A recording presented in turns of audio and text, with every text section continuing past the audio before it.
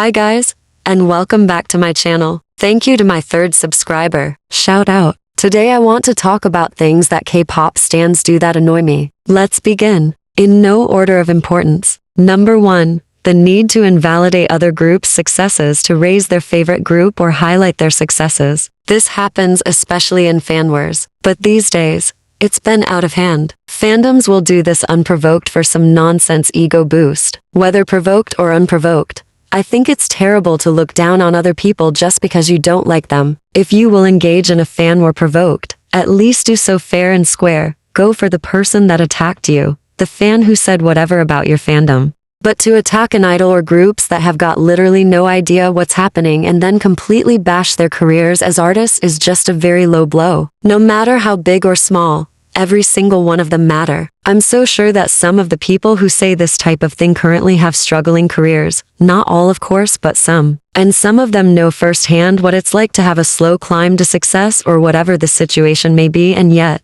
they'll come on social media, hiding behind a profile picture just to degrade other people's livelihoods. If the group you stan is successful or doing very well or is showing good potential of growth, then praise them every chance you get if you want. Praise them however you like. Heck, you can even shout it to the whole world if that will make you happy. But bringing down a group of individuals who are trying their very best to be the best they can be, just to raise your favorite group because you believe they aren't good enough or so and so made you angry is just you being a horrible, horrible human. People who are intentional about being good people raise everyone up and pray for everyone's success, whether they like them or not. Doing the opposite of this just goes to say a lot about who you are. Number 2, in the same vein as number 1, K-pop stans calling nugu groups flops. Just because you don't know a group doesn't mean they're flops. Since some of you have decided not to use words as they are supposed to be used, I'm bringing Google to you. It's time for English class kids. Pay attention. The meaning of a flop is to be completely unsuccessful, which is to fail totally. This pretty much explains my case, but I'll buttress it a little. Some of these nugu groups are making money. Some of them are selling out their concerts, even if they aren't using massive stadiums. Some of these nugu groups have loyal fan bases, albeit small. The companies, as small as they are, keep investing in these groups because they have potential for growth. You cannot call groups that are showing that level of potential failures, because they aren't. They are not unsuccessful just because you don't know them. If you aren't interested in finding out who they are, then keep your mouth shut. Instead of speaking rubbish about people, I genuinely pray for some of these K-pop stans, because if karma ever decides to bite back for how bad y'all treat people, you are not going to be happy one bit, and you will regret your decisions to be evil minions. Number 3, quote-unquote, hard stans imposing cult culture on, quote-unquote soft stans. My goodness, if you don't stream music 24 hours a day, 7 days a week, 28 to 31 days a month,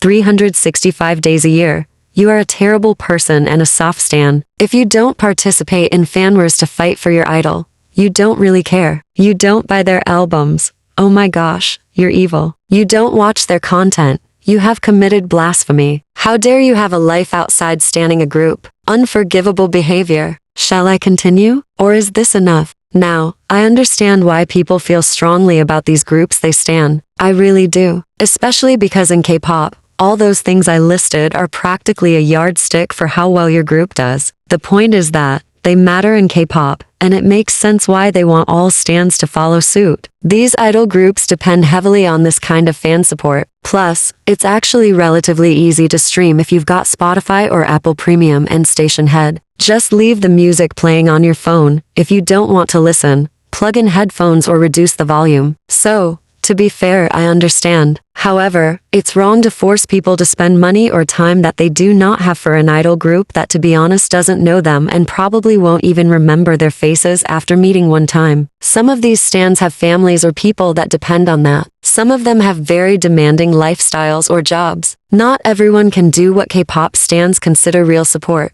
and sometimes they don't want to. Some people just want to listen to good music and get on with their lives. And that is absolutely okay. You cannot force people into things, and K-pop stans very much need to understand this. Number 4, ageism, especially towards female idols. It will never cease to baffle me how people think that humans are supposed to stop aging after 30. Like, what are we, cursed? I rebuke not aging after 30, because I want to grow old and fine with my beautiful wrinkles that tell tales of my life. This stigma is particularly prevalent against female idols, like they suddenly get ugly or something after 30. Like, is there something y'all see that I don't? Do they lose their ability to perform after 30? 'Cause I really don't get why female idols over 30, who by the way do not look a day over 20, are discriminated for aging like everyone doesn't age too. I swear, K-pop stans will make you lose brain cells sometimes. Number 5. Babying idols. This time I'm not talking about calling them cute. This time I'm talking about acting like they aren't supposed to grow up and them dressing like the adults that they are, or cursing is a problem. Recently, one of my favorite K-drama actresses graced a fashion show, looking stunning as usual and dressed to suit the theme. And what do you know, in her comment section, some human beings decided to drag her and call her names because she, quote-unquote, dressed indecently. The way they reacted, you would think this woman wore transparent lingerie to the event, and everyone could see everything on full display. Like, this woman is a fully grown adult. Who the heck do these people think they are to police what she wears and what she does? Please,